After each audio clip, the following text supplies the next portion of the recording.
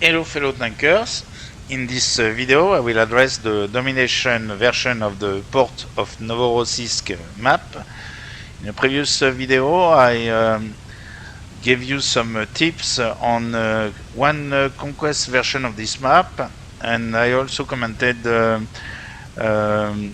battle mode, the difficult battle mode, and also the fun, very fun battle royale mode. So this domination map on the Port of Novorossiysk map is considered as one of the most unbalanced map in the game, where red has seemingly a very clear advantage. But I will show you that if you have an enough active players in your team, going in the good spots of the map, then you can actually win this game pretty easily from the green side. So the red side in the beginning has a much faster access to B. If you have a fast tank, go through this street and go cap B, and you have actually a good cover on B. I prefer these streets to that one, but I mean, you can also go this way. Whereas the green side has in principle pretty fast access through the bridge, but unfortunately past the BR, let's say 4-0, something like that, you will be sniped from this area. And there is little chance that you survive crossing the bridge. If you still decide to cross the bridge, my advice is that you can pop smoke shells toward the campers, and that when you arrive here, you go behind this building. So here, the rest of your route is pretty safe. But my advice on this map, especially above BR 40, is actually to go this way. So use this little passage in the water, as you will see in the video, or just take the bridge. So we have seen that in the beginning of the game, very often the red side will succeed in capping B, and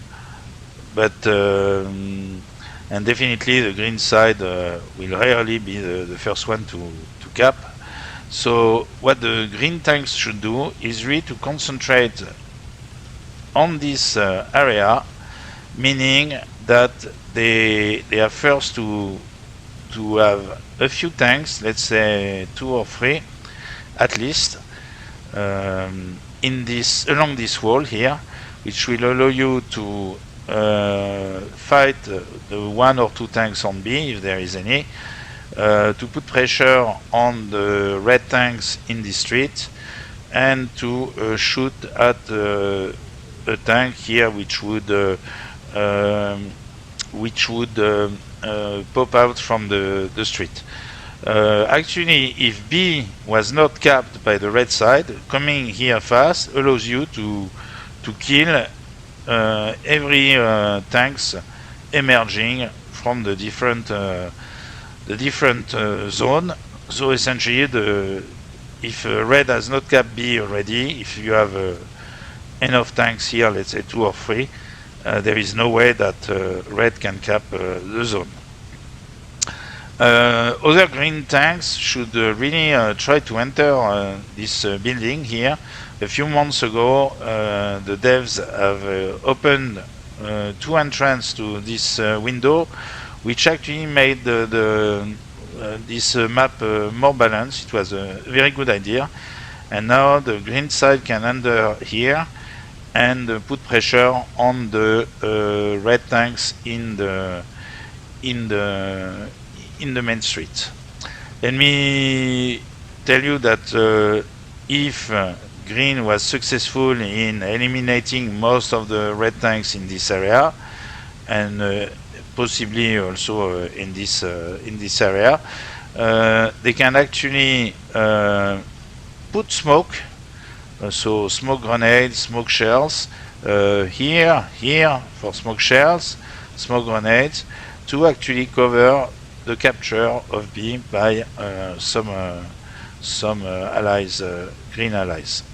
If you have succeeded from the green side to command B, you have much less cover than if you are a red tank capping B, but you have actually, you can be behind a building where you cannot be seen from any angle. But really, if you are capping B, refrain from trying to shoot at any tank. First, finish the capping the B. It's really too bad. Just a shame when you have a tank who ultimately succeeded to command B and then died because he was just too greedy and wanted to shoot at someone.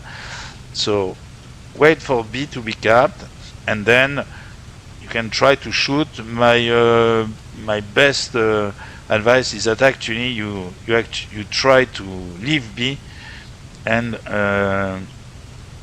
come in this area. So the tanks here, once this area have been controlled, some tanks can put pressure here in this area for the green side, and some tanks can actually go along this road and put pressure on C and even capture C, because usually there are very few tanks on C. So let's see how the red side can try to counter this strategy. First, the red side should really concentrate on this street. This street is the best to kill any green tanks attempting to cap B. That's essentially not possible if you have at least 3 tanks in this area. This street is less effective, and this spot is even less effective. My advice is really that this street is the most important, but of course quite a few red tanks should not only stay in this area but push a bit here.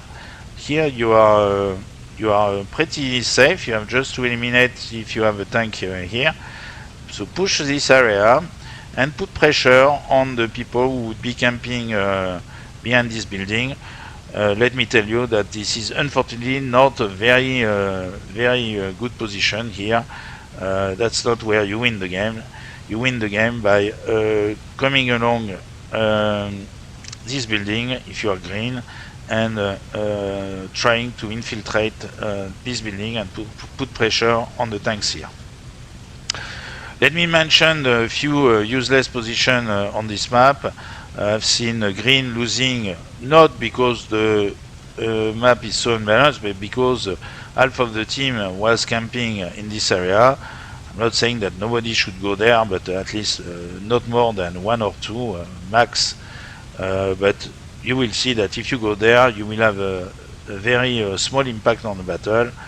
Maybe you can shoot at some people emerging from there, but that's about that. Mostly, if you are in this area, you will shoot at people camping from there. And as I mentioned already in some videos, when you have campers shooting at some other campers, both campers are essentially useless.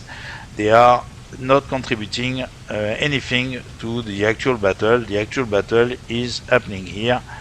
So I admit that camping can be very effective, but camping is effective when you shoot at active players. If you are shooting at campers, you can be sure that your impact on the battle is very negligible. So now let me move to the gameplay. So I'm playing my 4-7 French lineup with the M4A1 FL10, which is an absolutely great tank. If you want to buy only one premium, French premium, I advise you to buy that thing. It's very good. So here you see, unfortunately, something that you see a bit too much in battle.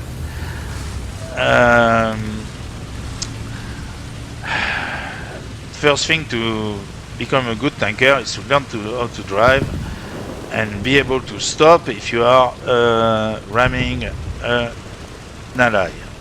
So you see where I'm coming from. Let me just stop a bit the replay to show you that these two guys here are in a very good position. They went there with a very fast tank. We are playing not to IBR, so they succeeded in crossing the bridge. You will see that my squad mate here will renounce because there are already too many people here. But these two guys are in a good position, but then they should definitely go either here or infiltrate this building. And you see that from there they were able already to eliminate one red tank who is capping B, but who unfortunately didn't go into cover. Again, if you are capping B, you do not shoot at other tanks. First cap, and then you will shoot. So meanwhile, you see where I'm coming from. There is also this passage, which is a bit more direct, but which very often I miss because it's behind the walls. So let me keep on with this gameplay, and my goal and that of my two squad mates is to go along this wall that I mentioned in the beginning of the game. So we are in the 5.3 battle. We are up-tiered, somewhat up-tiered. Let me stop. This M18 is not very well placed, but he can find a bit better cover, and indeed advance a bit so that he could have actually intercepted some of the tanks crossing here. That's why I was checking this area, because sometimes you have tanks which are in good position there, which is can be effective to prevent the move that we are doing now. Unfortunately, I'm only killing the loader of this T-34-57, and he kind of wrecked me. So I'm down to only 2 crews, but since I have an autoloader, my reload is still of 5 seconds. And you see my two squad mates in the same position as me as I repair. One died, unfortunately. Arnav, that you see, was already featured in my Berlin video. So you see that now we are putting smoke in this area. Let me just show you that here the red tanks are in a very bad position. Instead of being in the street or covering this area, and in particular this entrance, and even pushing there, they are essentially here, I don't know, shooting at the bridge, shooting maybe at this guy. I'm not saying that nobody should do that, but it's actually probably better to be here and sometimes to pop up just to shoot at the people here. But this position here is very bad, and meanwhile they are losing this street, which is essential for the red side. So we have put smoke, and now our team can safely cap B. Let me accelerate the gameplay.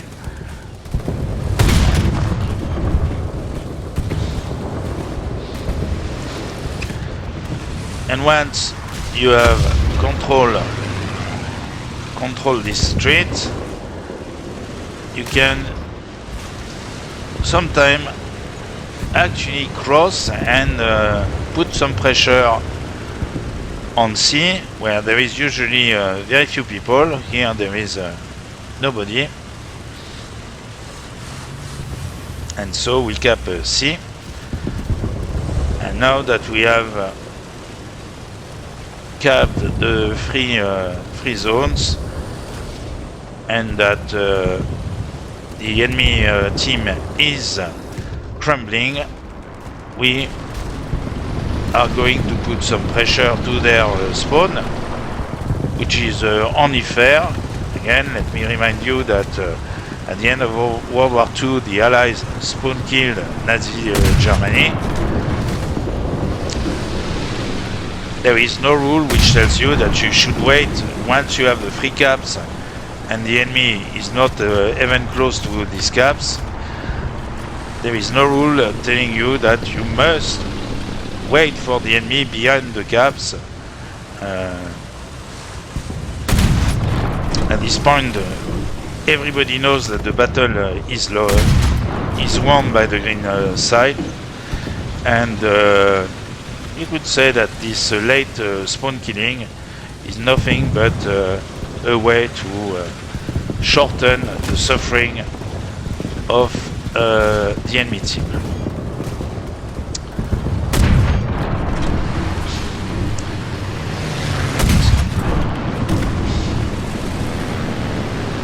So here I'm waiting for the gunner to come back in the turret. I shot a bit too early, but since I have a 5-second reload, I'm not worried.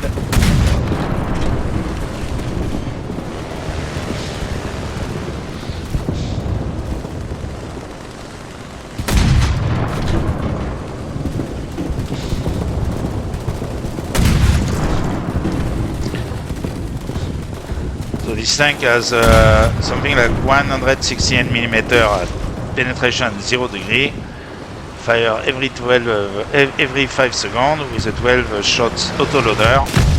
It's really a very, very good tank.